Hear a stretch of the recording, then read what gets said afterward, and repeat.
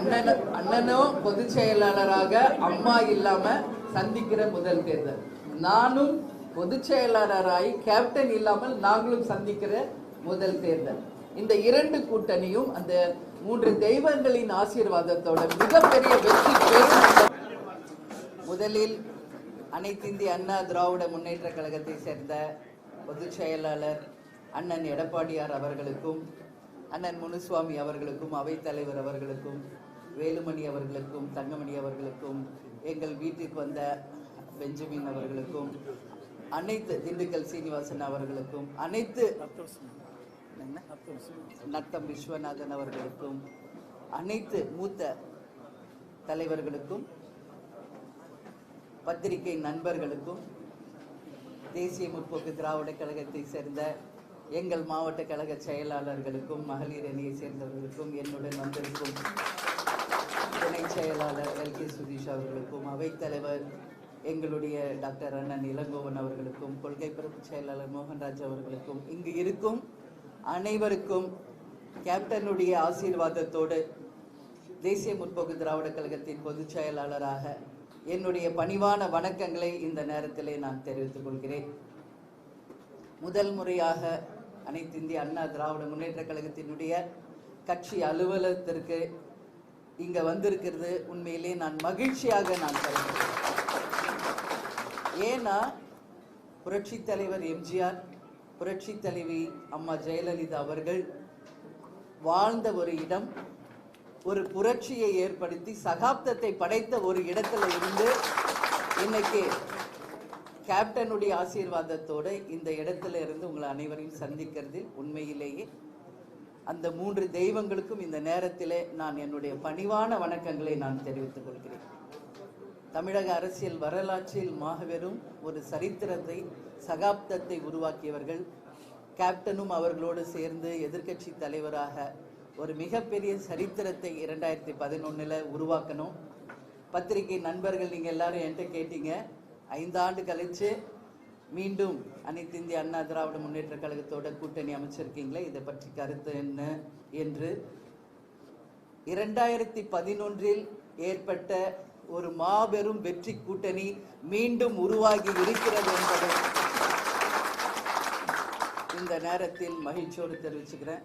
அந்த வெற்றி மீண்டும் நிச்சயமாக இந்த பாராளுமன்ற தேர்தலிலும் அதுக்கு அடுத்து வரப்போகிற உள்ளாட்சி தேர்தலிலும் 2026 நிச்சயமாக இந்த கூட்டணி தொடரும். இந்த கூட்டணி ஒரு மாபெரும் வெற்றி கூட்டணியாகவும் அமையும் என்பதில் இந்த நேரத்தில் நான் எல்லாருக்குமே நான் சொல்றேன். எனவே இந்த கூட்டணி ஒரு மிகப்பெரிய ஒரு வெற்றியை தமிழகத்திலே வருகின்ற பாராளுமன்ற தேர்தலில் நிச்சயமாக அமைக்கும் என்பதில் எந்த மாற்று கருத்தும் இல்லை. மாநிலங்களவை இடம் வேண்டும் அப்படின்றது கூட்டணி பேச்சுவார்த்தையின் போது எதிர்பார்த்தது. பட் இப்போ உங்களுக்கு வந்து மக்களவை தொகுதிகள் மட்டும்தான் ஒதுக்கப்பட்டிருக்கு. இதை பத்தி என்ன கருத்து?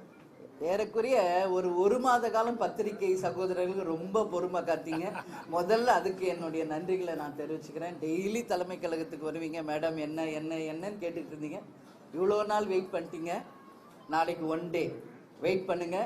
ஒரு நல்ல செய்தி, வெற்றி செய்தி நாளைக்கு தேமுதிக தலைமை கழகத்தில் உங்களுக்கு அறிவிக்கப்படும் அப்படின்றத நான் சொல்றேன்.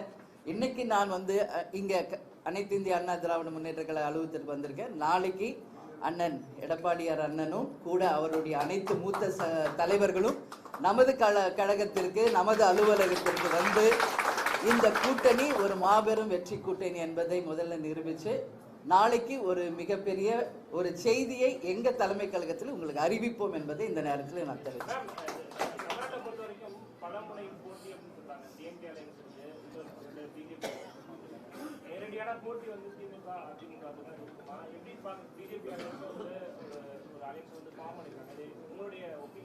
இல்ல, தேர்தல் என்றாலே பல முனை போட்டிகள் வருவது சகஜம்.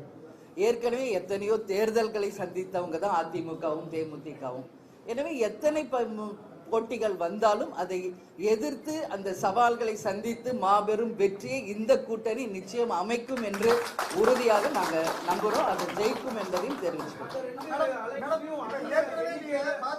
ஒருத்தரா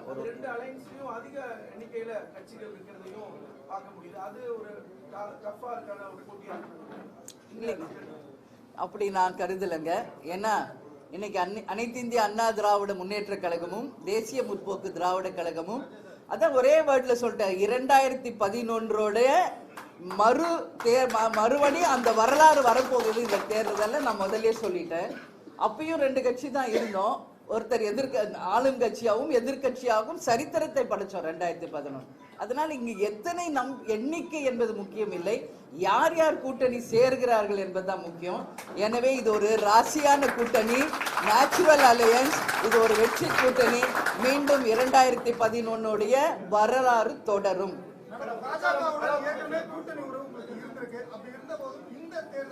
பாஜக கூட்டணி வேண்டாம், அதிமுக கூட்டணி தான் வேணும்ன்ற ஒரு முடிவு எடுத்துருக்கீங்க இல்லையா? அதுக்கு ஸ்பெசிபிக்கா ஏதாவது காரணம் இருக்கா?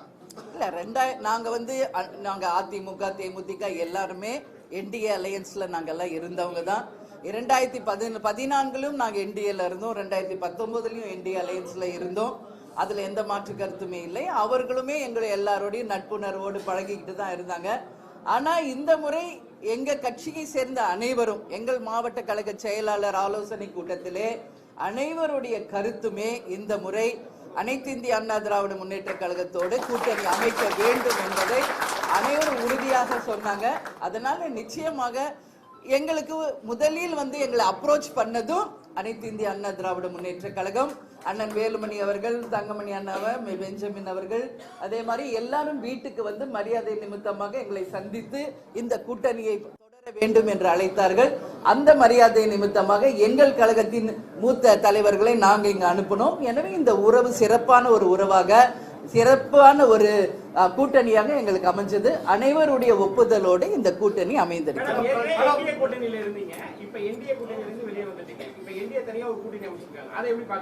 வாழ்த்துக்கள் சொல்றேன். இது தேர்தலுங்க, போட்டி. இதுல யார் வெற்றி தோல்வின்றத மக்கள் முடிவு செய்வாங்க. மக்கள் தான் முடிவு செய்வாங்க.